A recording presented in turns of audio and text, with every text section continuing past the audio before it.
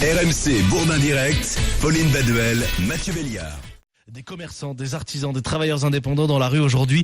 Ils entendent dénoncer les dysfonctionnements liés au RSI, le régime social des indépendants. Information que le moral des patrons repart à la hausse. On va voir s'il en est avec Geoffrey. Il a 34 ans, chef d'entreprise justement dans la Loire. Bonjour Geoffrey. Oui, bonjour Mathieu, bonjour Pauline. Bonjour Geoffrey, vous allez manifester aujourd'hui pour quelle raison ?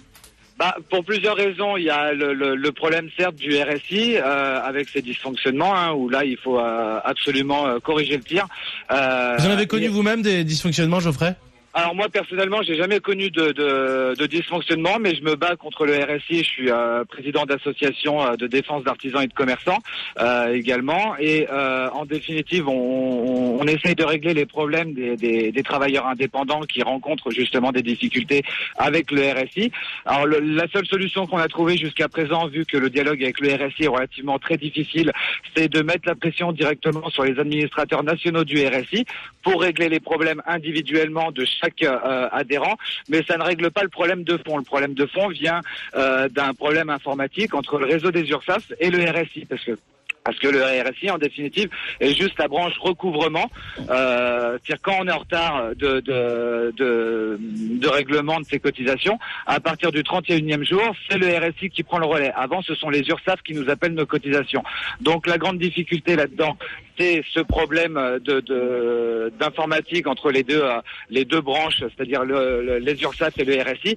Mais pas seulement, il y a aussi la partie fiscale et sociale. Tout ça, c'est géré par le gouvernement.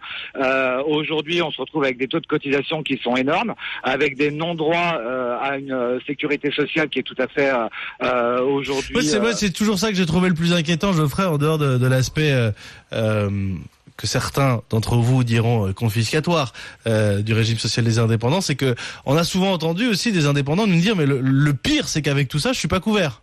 Mais exactement, je suis en train de préparer un rapport justement que je vais envoyer à plusieurs personnes dont le ministre de l'économie et la ministre de la santé concernant justement nos droits. Si je prends l'exemple des femmes enceintes, aujourd'hui une femme enceinte dans le privé, salarié, a le droit à 112 jours d'arrêt de congé maternité, d'accord, avec un pourcentage de son salaire qui est payé.